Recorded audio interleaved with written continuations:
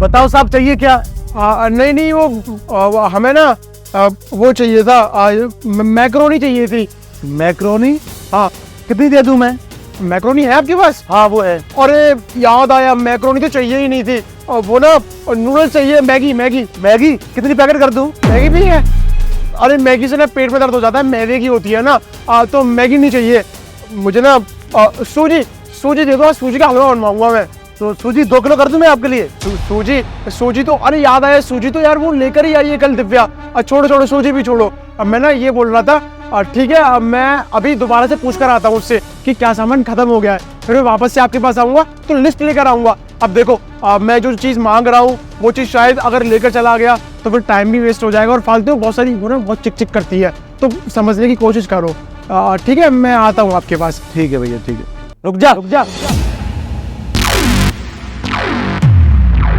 Sir बताइए क्या कुछ हो गया क्या? इतनी जल्दी क्या बेटा जाने की? जो तूने सामान लिया उसके पैसे तो देते जा उनको। सामान? कौन सा सामान? अरे भैया मैंने कौन सा सामान लिया है, बताइए जरा इनको। हाँ साहब, इन्होंने कोई सामान नहीं लिया मेरे यहाँ से। अरे भैया ध्यान से देखो, आपका यहाँ पर कुछ सामान रखा हुआ था, क्या है यहाँ पर? अब वो अरे ये काउंटर पे टॉफी के डिब्बे रखे हुए थे, वो कहाँ गए? मतलब इन्होंने ही। देख लो कितने सादे तरीके से चोरी किया इन दोनों ने। ये यहाँ से डब्बे फेंक रहा था और वो ऊपर कैच कर रही थी। वाह क्या अच्छा सिला दिया है आपने। मेरी दुकान के ऊपर ही रहते हैं और ये चोरी का नया तरीका निकाला है। एक नीचे से फेंकता है, एक ऊपर कैच कर रहा है। तुम लोगों को ना मकान मालिक के कह के तुम दोनों को सोसाइटी से निकलवा दूंगा था। देखो करवा ली चोरी, मैंने मना नहीं किया था। अब बात कर।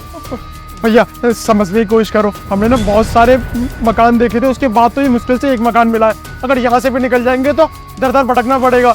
एक मुश्किल से मकान मिला है। हमें माफ़ कर दीजिए, हमें अपनी गलती का एहसास है कि हम बहुत बड़ी गलती कर रहे थे। वो बात कुछ ऐसी है ना कि हमारे खर्चे बहुत ज़्यादा हो गए थे, क्योंकि पढ़ाई में भी पैसे जाते हैं और हम थोड़े बहुत ना शौक भी कर लेते हैं, तो हमारे पास सारे पैसे ख़त्म हो जाते हैं। तो उसकी वजह से ना हमने ये चीज़ सोचा कि हम ना चोरी करना शुरू कर देंगे, और शुरुआत हमने आपकी दुकान से की थी, और ये हमारी पहली चोरी थी। पहली क्या, आखिरी चोरी थी, इसके बाद हम कभी नहीं करेंगे। हाँ तो बहुत अच्छा हुआ ना, तेरी पहली चोरी थी और आखिरी चोरी थी, अब तो चोरी कर नहीं पाएगा। और रही बात तुझे दर दर भटकने की, तो कुछ जरूरत नहीं है। यहाँ के बाद तो तुम जेल में जाओगे ना, क्योंकि वहाँ खाना भी फ्री मिलेगा और रहना भी फ्री मिलेगा।